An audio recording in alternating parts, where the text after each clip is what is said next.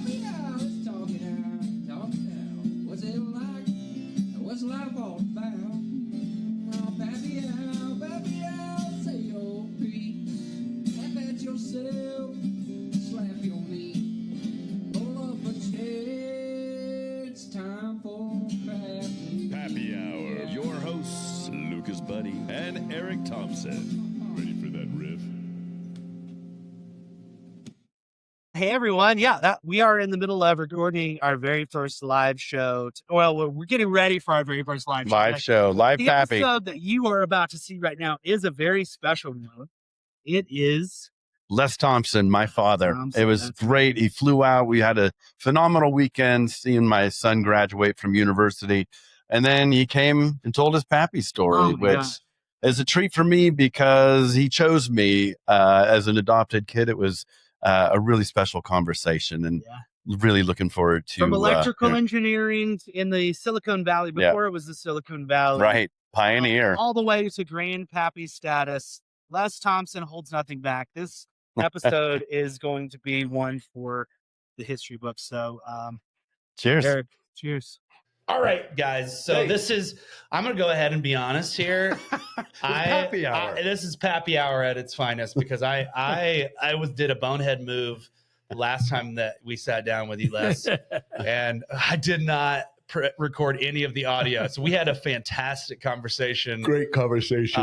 And now you guys are going to get to hear it for the first time. Yes. Now I have less brain than I did then. Yes. So we're gonna see if Dad can go verbatim. And again, this is Les Thompson. This is my father. Yes. And Dad, thanks for coming out and you're seeing welcome. your grandson's graduation and being on Pappy Hour. We appreciate it. What an honor it really is. I mean, to have. I consider it an honor. Yeah, fantastic. Yes. We appreciate it. Yes, thank you so much. And so we are going to go back as far as we can and see if we can't remember the answer to that beautiful question of who was Les Thompson before you This were a guy dad? got picked up. Well, I was an electrical engineer, but let me even go back a little earlier than that, because through my schooling days, in high school, I was the smallest boy in my graduating class. And there were only a couple girls that were shorter than I was. And the cutest one was the girlfriend of the class president. Right. Do you remember her name? Stature, but Maureen. Maureen, yes. All We all right. remember Maureen. We all had a Marine in our life. Yeah. But then I went to college and got 2 degrees, a bachelor's and a master's in electrical engineering, and then went to work. And after a couple of years, I ended up in Silicon Valley. Yep. Before it was even Silicon Valley. Yep, Right. that's correct. So that was kind of an interesting transition. And I got going, but boy, I had some tough times. Yeah. There was, I went to work for a startup in 1970, and the startup had a great idea. It was the grocery store computerized checkout. Those are great when they work. When they work. Oh, yeah. And the idea was great. We even, when we talked to people about it, they were very excited. The trouble was we didn't have enough money. and I think we had a management problem too. Yeah. And it died a quick kind death. Yeah. And that was just as Eric's younger sister was born. Right. Oh, my goodness. And we're living in Tucson, Arizona at this time. And all of a sudden, yes, you're unemployed and you've got a kid who's already running around, and now you're going to have another one. Yep. It's just a lot of life's pressure building in on you as you're also taking on this other epic challenge of fatherhood. Right. Yep. and we'd even bought a house down there, Yeah, which so that. So you just were like a glutton for punishment, just like piling it on. Oh, let's be honest. I was stupid. As many of us are at young counting age. the chickens before they hatch, as Kristen likes to tell me. But you got to start somewhere. Right. I think I forget sometimes that like everyone starts off a little stupid, and that's the thing about education Right. is that it takes you time to learn. No one is born knowing all of this stuff, and so you were doing the best with what you had at the time. Mhm.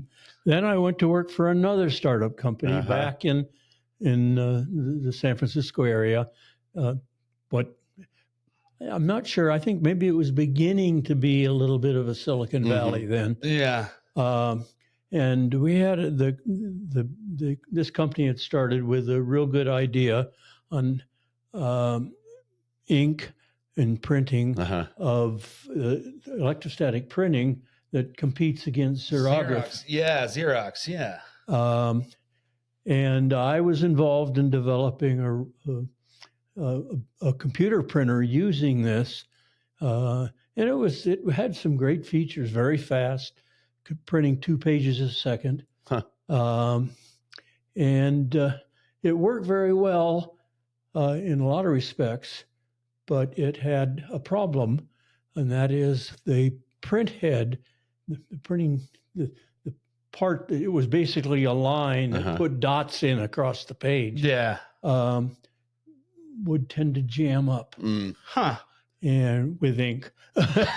Here's coming up. Now you've got blank faces and and cleaning it was a real pain. Now, one of the other things the company was doing was an office copier to compete against xerography. And even Xerox bought a license. Wow. And we'd sold licenses to several other Japanese companies, one of whom announced a product to do it, but they had the same problem, basically.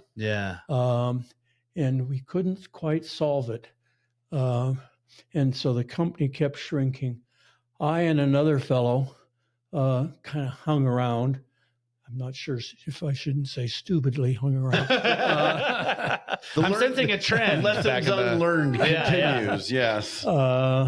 So would you say that as a young man before kids, you were someone who really highly valued education and learning? Oh, absolutely. Yeah. Yes. I was a student at Stanford, and that's a pretty damn good institution. I've heard great things about Stanford University. So I feel extra fortunate that I was there. Yeah. So this other guy and I in this company hung around for about 10 years as it kept shrinking, and we got to where we didn't have any money to even pay ourselves a salary. Wow. And so we were doing consulting work, and we happened to do some work for companies that were trying to do high production of floppy disks. Right. One of whom was a floppy disk manufacturer, Verbatim. And we saw some real good ways to do higher speed copying of floppy disks and be able to do all the crazy formats that were on these. Right. Wow. There were 1 or 2 competitors starting to do that too, but they couldn't do all the formats. Right. So we became very successful with that. We were lucky as hell. Yeah. So, and again, it's just like parenting is in anything. You're going to make mistakes. You're going to go in very confident, maybe even arrogant as a young person, thinking, I have this, right? And then as you started learning more, but your perseverance, particularly you and Jerry Pressman High, you guys stuck together for 10 years, went broke, consulted, found something that made sense, and then went, hey, we know what to do with this, and we're skilled enough to do it. And then the comfort level and the cha-ching happens. But that's a 15-year process. So, I mean, that perseverance is critical, and it's just like in parenting. And it's scary in other respects too. Yeah. We had to raise some venture capital money. And a couple of kids. Yeah. Yeah. Oh yeah, you had kids at the time. Those things, right. But I remember on getting the venture capital, the capitalists were demanding that they basically use our houses as the collateral for the for the loan. Wow. So if the company failed, The houses we did were going to too. be out on the street. Right. you and your wife and 2 kids out on the street. It would have been 2 families all huddled together. Well, I guess we would have gotten a big camper or something. Yeah, Who knows? made a good time out of it. Yeah. But So- again, we were lucky as hell, and it was successful. Yeah. Well, and I love that because you're working, and you can take us back to as we'll share as I'm adopted. That experience of, okay, well, why did we choose to go with an adoption? Tell us a little bit about this piece. Now, Well, you and mom are trying to have some kids, build a family, Mhm. and take us through that. Well, we basically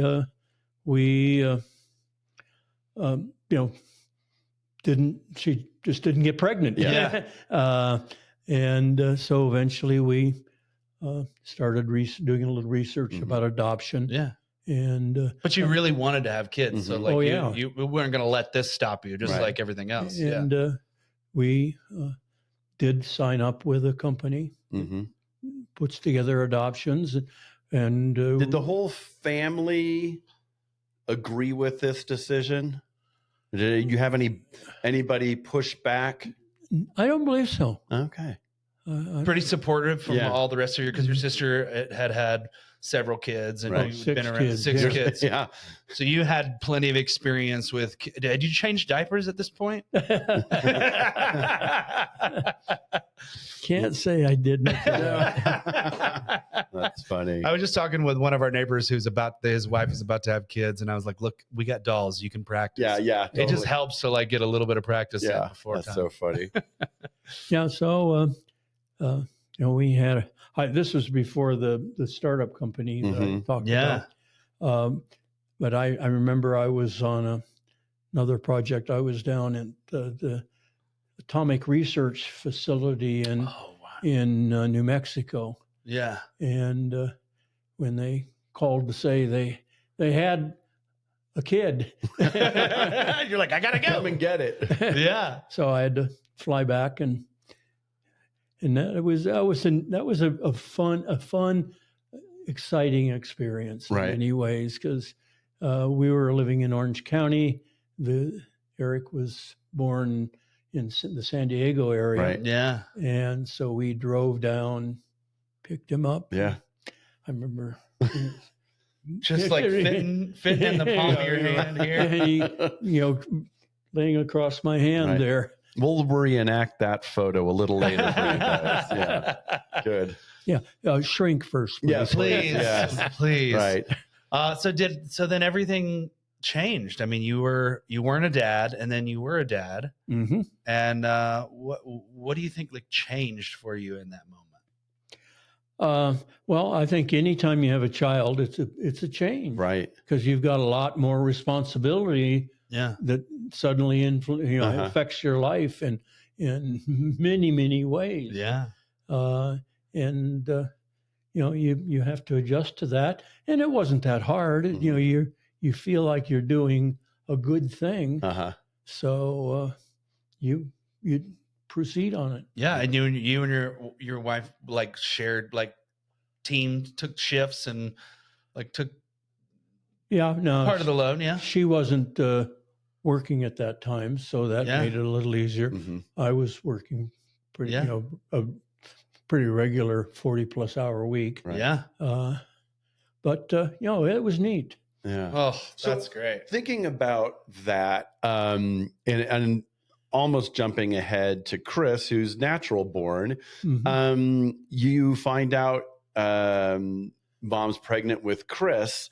And so you have probably 7-8 months at this time to plan that kid. How much time what kind of planning went in before you in a sense, had me. Did you guys already kind of put a room together, or did you guys were like, okay, oh my gosh, we just got a call.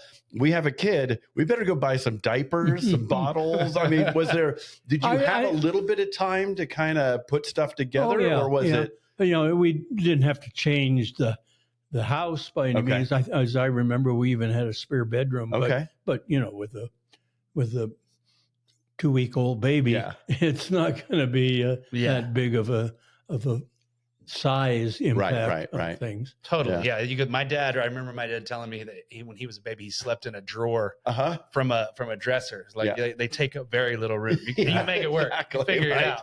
Totally. That's funny. Do you remember any, this is a question I wonder. Do you remember any like bedtime moments where you were trying to get Eric to go to bed and he wouldn't go to sleep, or was he pretty good about going to bed? Well, I don't remember any real struggles there.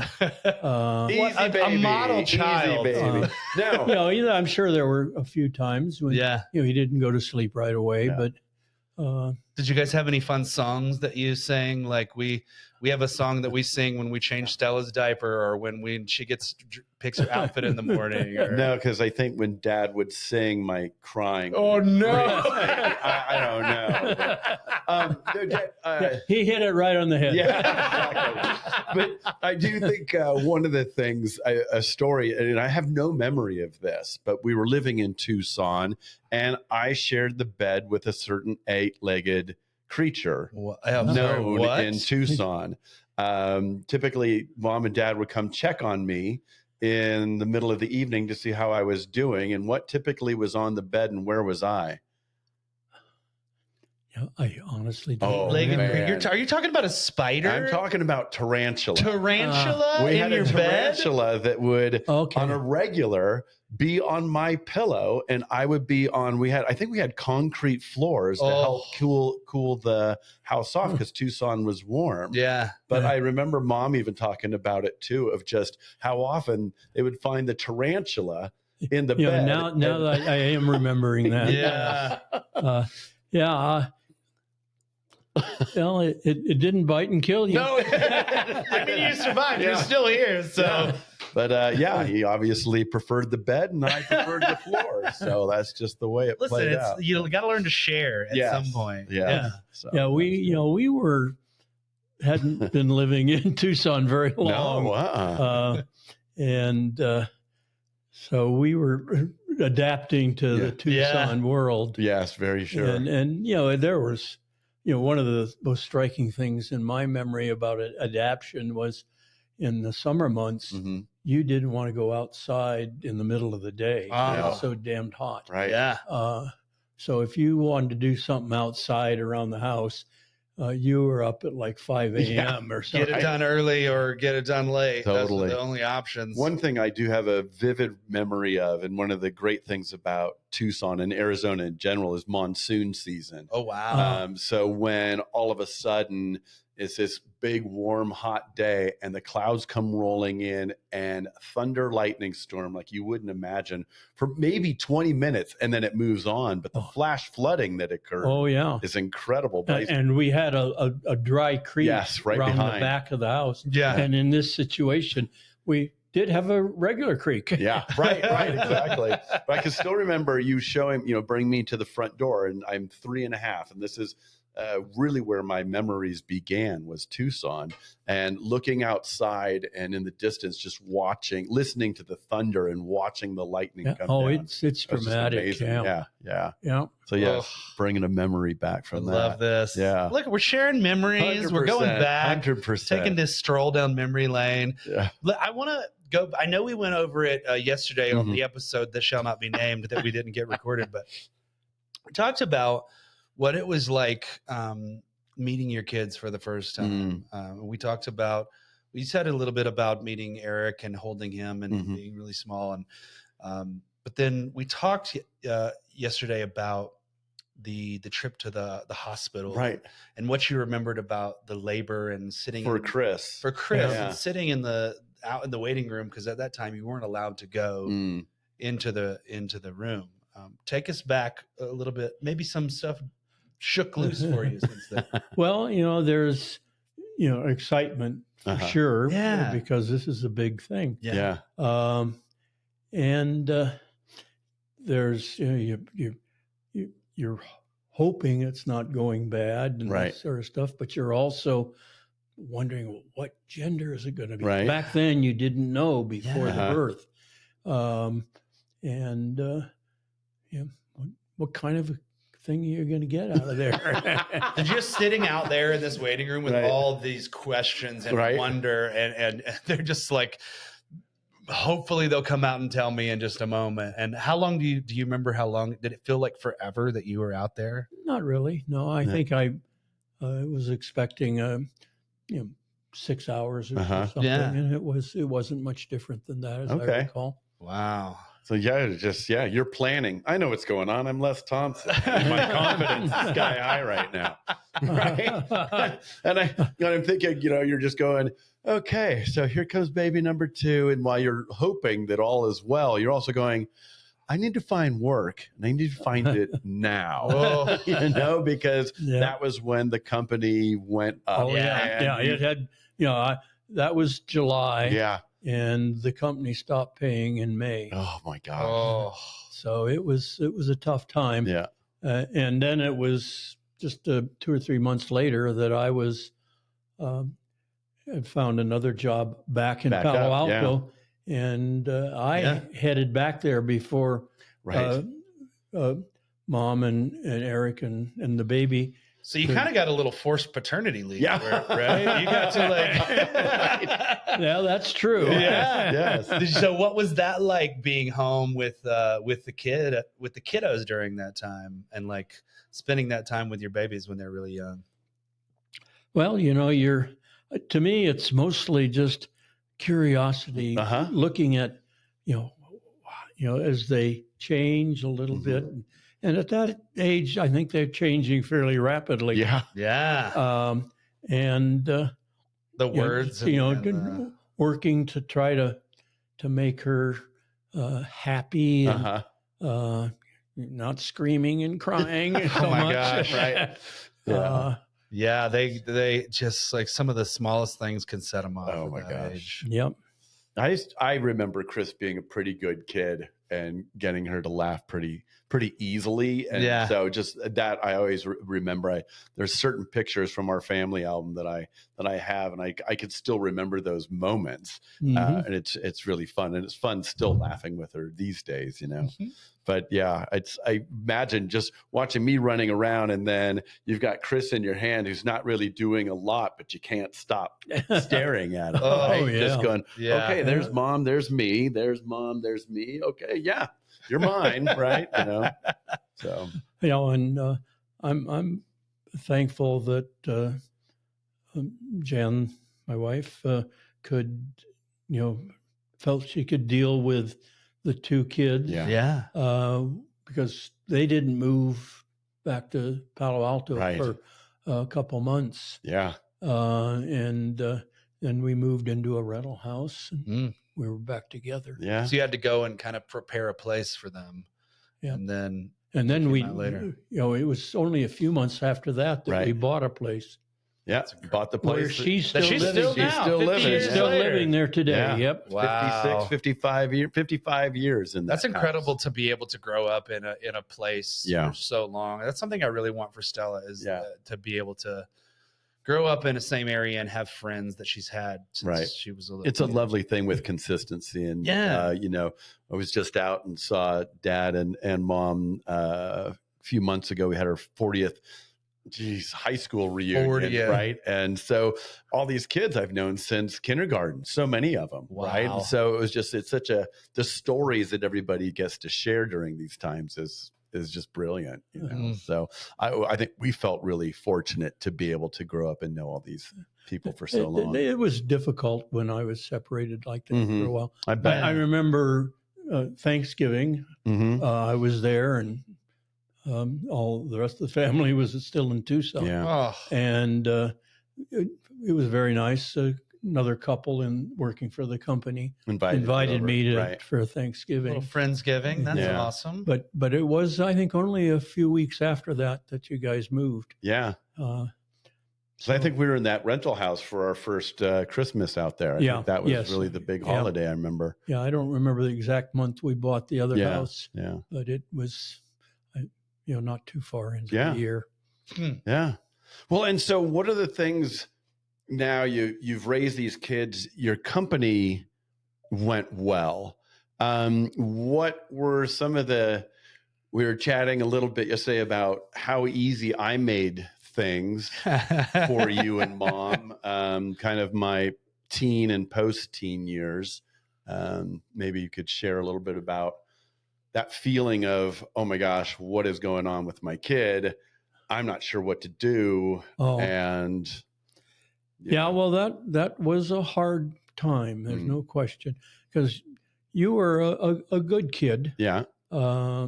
Up until I think it was early in your senior high school year. Yeah. And you decided that things were parties and that were the most important thing in the world, and not even close to anything else. No. It was did not follow your and Mom's track. Totally be bought in and dialed into school, and all these good things will happen. It's hard to see our kids do things in ways that don't compute to us. Right. Like there's ways that maybe you thought this is how it ought to be done. And when the kids aren't following those paths, it's like, what are you doing? Right. Yeah. And Eric had been a good student up until this started to happen. Yeah. And so it was very tough. Yeah. And I even remember one thing, not the worst thing that happened, but one of the things I enjoyed doing was making wine. Yes. Oh, wow. Okay. And there was one time he stole some of my wine. Oh, no. Right. Well, as you do, but unfortunately, we were in middle school, and myself and another kid it in middle school. This is how stupid or daring or whatever adventurous. We were. Adventurous. And we had gotten a bottle at this kid's house, and we finished it as a small group, and then we went to pizza because we had won an intramural sport or something like that. And I was like, I know where to get more wine. My dad makes it. And so my friend Kevin and I, we went and we put 2 bottles in my backpack, and I was closing the sliding door that houses the wine, and it is the loudest screeching sliding door, and it's never been fixed. It still screeches. And Mom comes out, she goes, "What was going on?" I just go, "Oh, I saw it." Being quick on my feet, that's why I do improv. I said, "Oh, the vacuum cleaner, which is housed in there also, was sticking out. So I just put it in and closed the door." And as we went down the bump of the driveway, you hear this ting ting. And so you just hear this, "Eric Christian Thompson, get back here." So we pull over and drop the bottles in the bushes. I'm like, "What? I don't have anything." And then Chris and her little friend are like, "What's this?" Oh, no. They picked up the wine bottles. And it was grounded for about a month.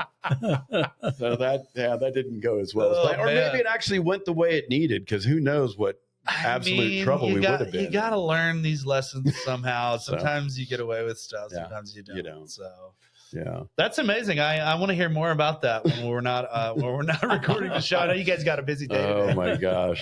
We So do some funny. home brewing here. We've got some beers that are actually fermenting upstairs. Neat. So hopefully we'll come back and we'll share some our of those. Pappy hour at the Brew Fest, June 6th, guys. That's Gotta right. Get out we're, there. we're, Make sure. we're working on it. We're working on it for sure. A lot of shows coming out. Hopefully we'll come out into your neck of the woods and Thanks, do a great. show. That'd be super fun. Great. Oh my gosh.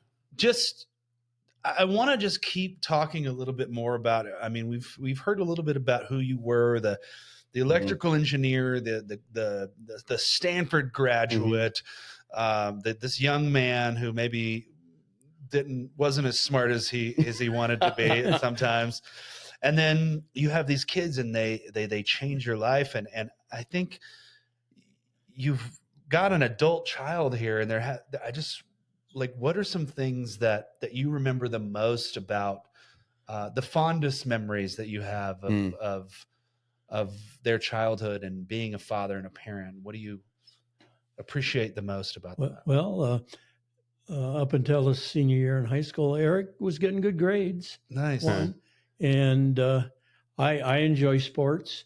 Yeah. And he was also playing basketball for the high school. Yeah. And there was because he shot up, right? He was he was a tall man. Yes, I was 5'1" going into high school, but then the growth spurt happened, and wow, my true sport called.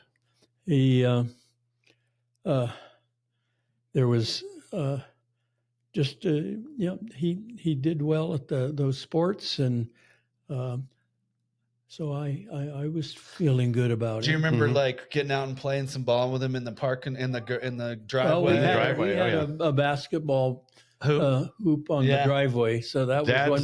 Dad had a move that I don't even know if I could stop it now. You had this great crossover dribble, and then because at that time I was growing taller, I figured I would just pin the basketball to the backboard when you went up for your layup, but you always did the reverse layup and went up on the other side.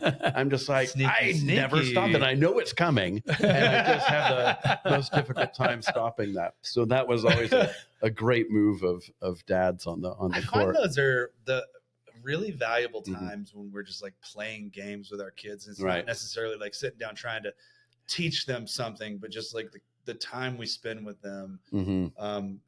Do you remember other times where you guys just got to hang out, where it was just you and Eric and like quality time? I think one of my favorite, and I'll let you speak to it, is when we were up in Kings Canyon, and you and I did a day hike while everybody else stayed at the base camp one day. And do you remember where we went and what we did on that? Not positive, but I think we maybe went up to some small lakes that were farther upstream. Yes. I'm trying to pull up their names. I don't remember the names at all, but they were all above the timberline. Yeah. And so that I'd never been above timberline. And so what does that mean really, above timberline? So what is that, 11,000 feet, 9,000? You don't get the bigger trees. Yeah. And there were no trees at this point. You know, we got up there, and there was lakes that had no, maybe had frogs and no fish. You taught me something about that. But it was an amazing hike because there's just little waterfalls cascading down. And I just remember all the different things that you were teaching me along this. And it was just you and I, and it was great. We didn't have a lot of those opportunities because how absolutely busy you were with work. I mean, this is during that time. Yeah, that's one of my shortcomings, is that I don't think I devoted enough time to the family as I wish I had, because when it's a startup company, you're you're really involved. Well, that's just, I think it speaks to like that part of yourself that really wanted to create a life for your kids, and provide for them, and it shows your love for them. And I mean, you can't go back and change it. I mean, of course you would have loved to, had time to spend time with them, but you were doing what you think you had to do. And I think one of the things that both Chris and I, we talk about and appreciate, is that you were committed, and it was really at a time that needed that. For you, you needed that success, but also it was always keeping us afloat. In whatever way it had to happen. But I think the thing that was always impressive, and for those of you that, are, either stuck at work or devoted to really seeing through your work, is you always made sure, even if things were tight, we would have a 1 week vacation somewhere, whether there was camping or on a houseboat, but something where, hey, we're going to go do something as a family, even though this is going to knock us back a little bit. Well, one of the things I remember that I think a lot of pleasant memories associated with is we would go houseboating on a lake like Shasta Lake. And we would do this with several other friends in other houseboats. Oh, that's great. And, we had ski boats so that we could ski on the lake. And the kids were learning to water ski and hang out, swim. I mean, those were great times. Yeah. So those happened, right? I mean, and those when all the dads could join too. Yeah. So it was, I think for everybody, those were really, really excellent. And then, other things too, when I was a little older, we were talking before is some real challenges with abusing drugs and alcohol and was getting into trouble with that. Yeah. That was easily one of the most difficult things for you guys to do because now I'm an adult who is going between jobs quite a bit, left school, then tried to go back to school, but wasn't making enough money to survive. So I would drop out of school again. So there's a lot of starting and stopping. Yeah. Kind of when you're thinking about parenting at that time, I don't know, do you have anything you can share with somebody? Because I know I wasn't helping you guys feel good about me. It was a real hard decision to go through. And my wife was more pushy than I was, to be honest with you. But the thought that she was having is Eric wasn't going to school, wasn't doing any work, anything. Right. And the only way to get him going maybe would be to what we threatened him with is if you don't either get a job or go to school, we're kicking you out. Yeah. And can't stay here. He didn't get a job or go to school. Truth be told, I did get the job the next day, which is true. But I was out. And those first couple I don't days, remember that. Yeah. Crown books, everybody. If you bought it at Crown, if you didn't buy it at Crown, you paid full price. But that is a difficult choice to. Because this is your baby, right? This is your kid. Yeah. I mean, not a baby anymore, but they're still part of it. I think. What were you, 19 then? Yeah, 19 or 20. Yeah, no, 19 or 20. Yes.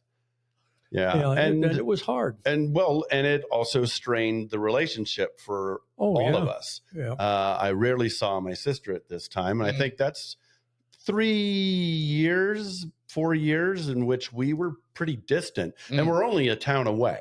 Right. We're 8-10 miles away at most at this whole time. But we really didn't spend a lot of time. There might be an occasional Stanford football game or something we'd go to just to kind of check in. But it was far and few between. And then, I kind of had my final issue in which I got into a car accident and I did need some help. And this is where you guys became stressed again because you'd loaned me some money financially before, and that didn't go very well for me. But this accident seemed to wake me up, and you can maybe speak to that change. I have to say, I've never thought of an accident being a positive event, but in a way I can make that argument here because it did turn you around. Yeah, it did completely. And sometimes we need a little bonk on the head to get our senses about it. Oh man. Yeah. Good judge of character, Dad. You got him. You got him pegged.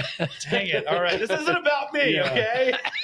That might have been our dad joke, folks, but But then you saw stuff turn around for Eric, and how did that feel to see? Oh, it was great. And not only did he go back to college and get a junior college, the local junior college, get his degree there. Then he went to San Jose State and got his bachelor's degree there, and then he even got a master's. Right. What? And so that.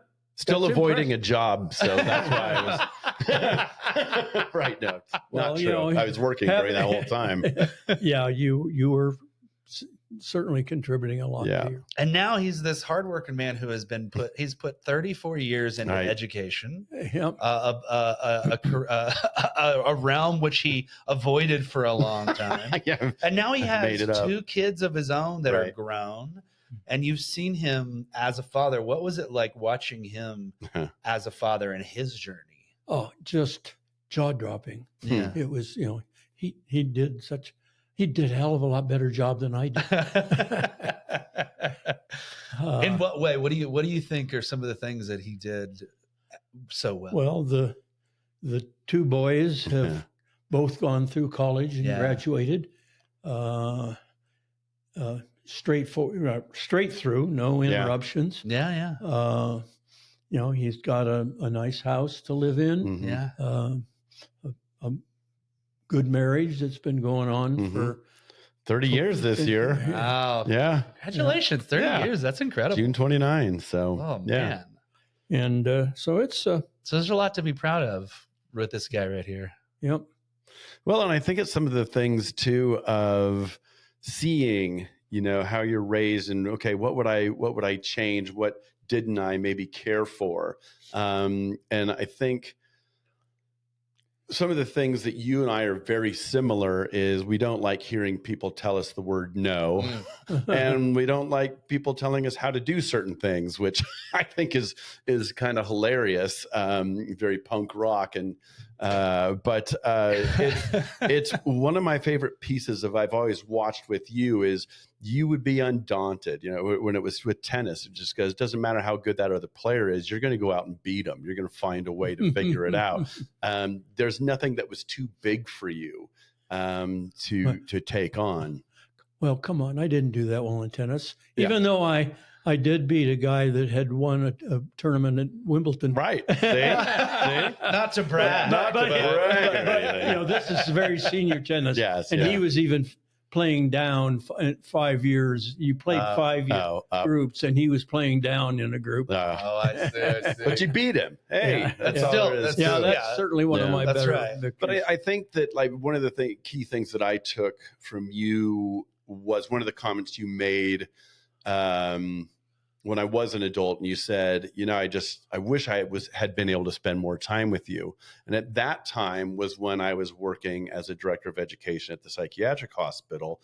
And I remember how exhausted I was. And with Nathan, it was just being this little guy, I was worn out. And then here comes Ryan, and I'm like, I got to step away from this. And I pulled away from what would have been, more money, but more stress, and would have taken me away from the family. So I took that from you of going, okay, let's try this. So, I was able to coach, be in Boy Scouts, all these other things, but see the boys and their activities during, after school hours, because I was also available. So that was something that I was very purposeful with.